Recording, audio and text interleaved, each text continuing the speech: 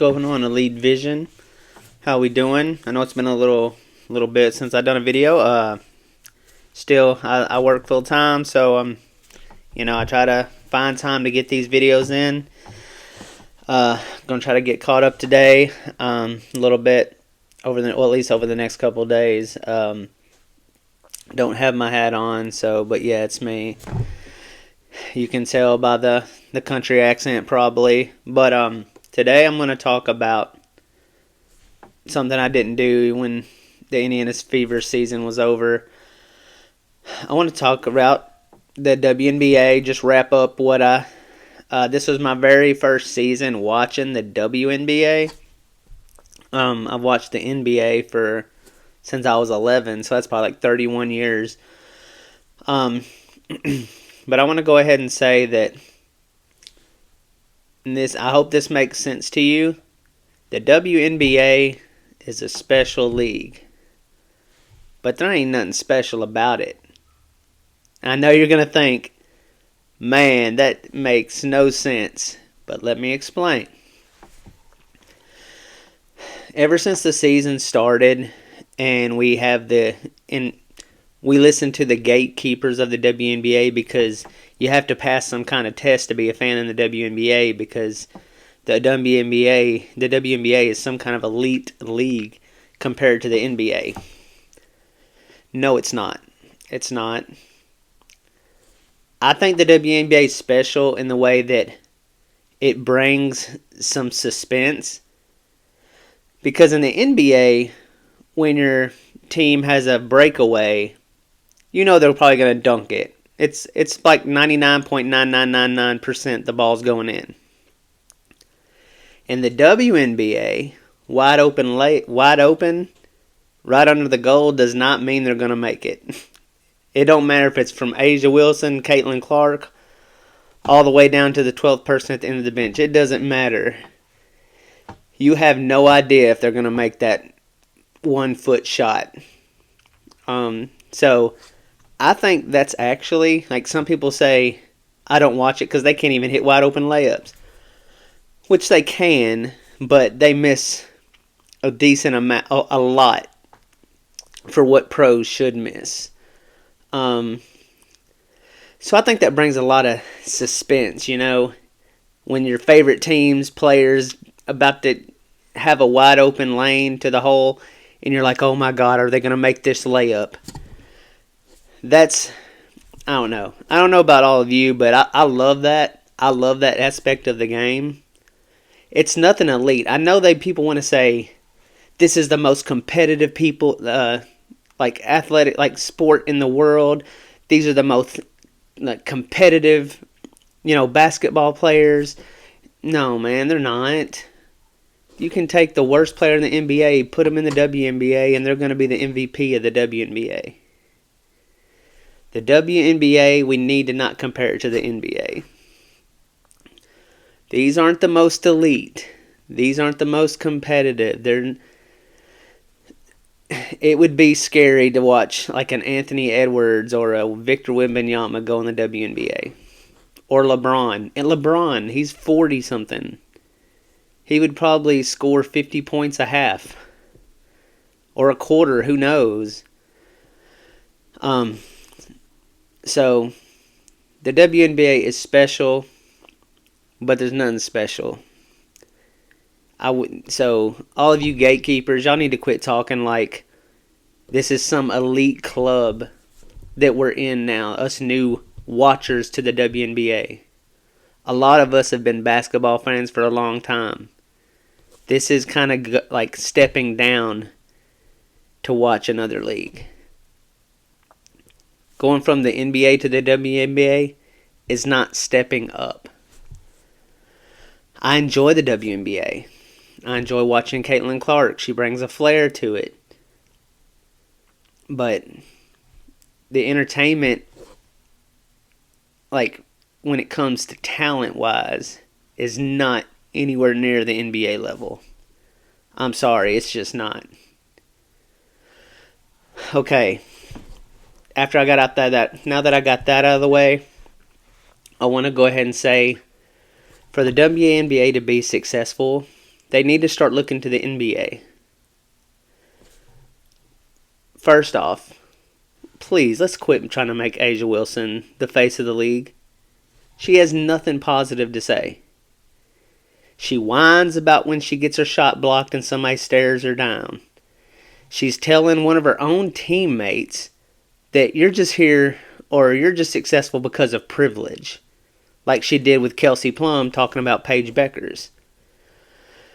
She just, saying Caitlin Clark, oh, it's her white privilege. She's obtaining this much. Just stop, man. Just we need to get A'ja Wilson, because that's not drawing fans in to hear somebody complaining because they don't have enough. That's A'ja Wilson is gonna push people away from this league. I mean, that's just the hard facts.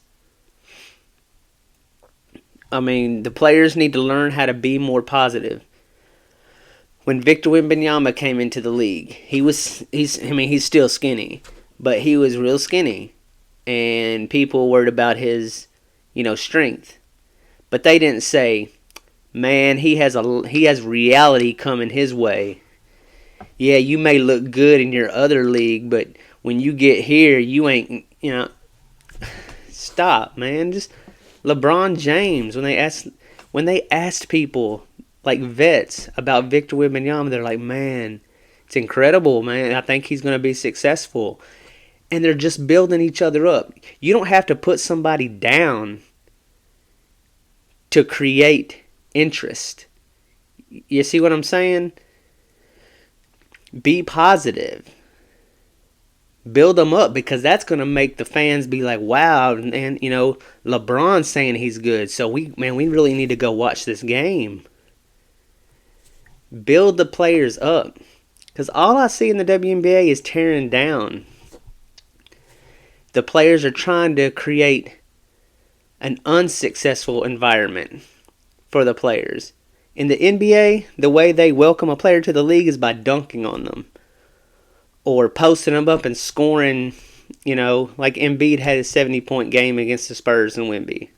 It wasn't all on Wemby, though. It was like 18 points on Wemby. But, the NBA, they welcome new players by just making them look bad on the court. Not taking cheap shots at them when they're not looking and going up and shoulder blocking them. Kennedy Carter, I still like you, though. I love your playing style. But I had to use you for an example. Taking cheap shots, like taking your hand and making it into like a dagger so you can stab somebody in the eye. And that was on purpose. I'll debate anybody. That was on purpose. You don't swing at the ball and then you cup your hand. That's just stupid. You don't see that kind of culture in the NBA. The WNBA needs to take a lesson from the NBA.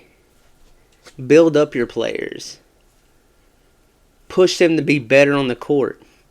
And all these dumb fans saying, quit putting this on Caitlin Clark's shoulders. Quit putting so much pressure. No. Pressure, do y'all know the saying? What does pressure make? Diamonds. That's what they did to LeBron. LeBron was called the chosen one. Now look what he's done. Quit trying to police people. The WNBA fans are the oddest fans I've ever seen. The gatekeepers of the WNBA, who like to call new fans the casuals, or just criticize people who are new to the WNBA but may have been watching the NBA. Just quit trying to do that. Let Caitlin Clark shoulder it. That may be what takes her to the next level. All the great ones have had that pressure. Bird, Magic, Jordan, LeBron. What heights did they reach? Would they have reached those heights if they had not had the pressure? The WNBA has something special. They have a special generational player who has a flair for bringing in new viewers. They also have the NBA, who laid the groundwork and built up popularity in basketball. And new fans want to see that popularity can translate to the WNBA if the WNBA players will let it. You got a head start. Basketball's already popular. Ride it. Build up your players. Quit being so damn negative.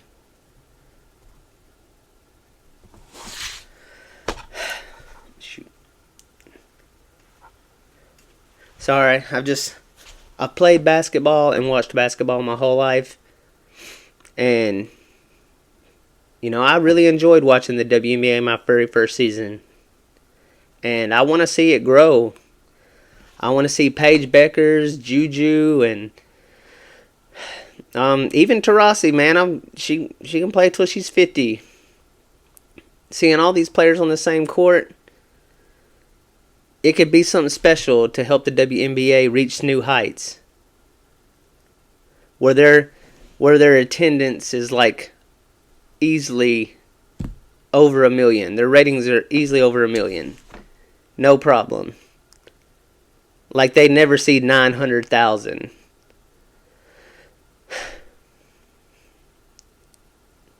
Not the attendance, but the viewership. Easily over 1 million all the time. Where it's sold out all the time. Well, not all the teams. The sucky teams might have to, have some games where they're not. But, the WNBA needs to recognize what it has. Because the dunking is not there. The excitement is not there of the NBA. You don't have the flashiness of the NBA. You just don't. Let's be honest. They just don't have that. They don't have the 360s and the people with 48-inch or 45-inch verticals.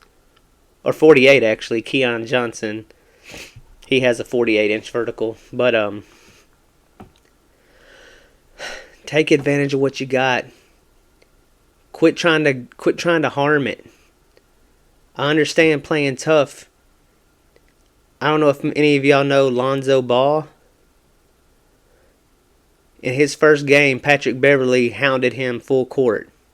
He didn't stab him in the eye or take a cheap shot at him. He just got all over him. I can't remember if he made him turn it over. He may have made him turn it over or stole it. But he hounded him, and that was the way he introduced him. Wasn't no dirty play, man. But anyway. For the finals, I'm kind of pulling for the Lynx, man.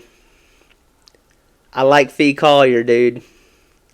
She's an awesome player. And she's damn good looking, man. But, yeah. I'm kind of pulling for the Lynx. Because the Liberty, I guess the Lynx are considered the underdog. But I really like the Lynx to win. I think they'll pull it out. I haven't really watched it much because when the Fever got out, it kind of lost its luster for a little bit. And it's still my first year watching. I haven't got that desire that I got for the NBA yet. I'm just going to be honest. So that's all I got for you on the WNBA season. My review of it, my first WNBA season. But yeah, hope y'all have a good evening. Till next time.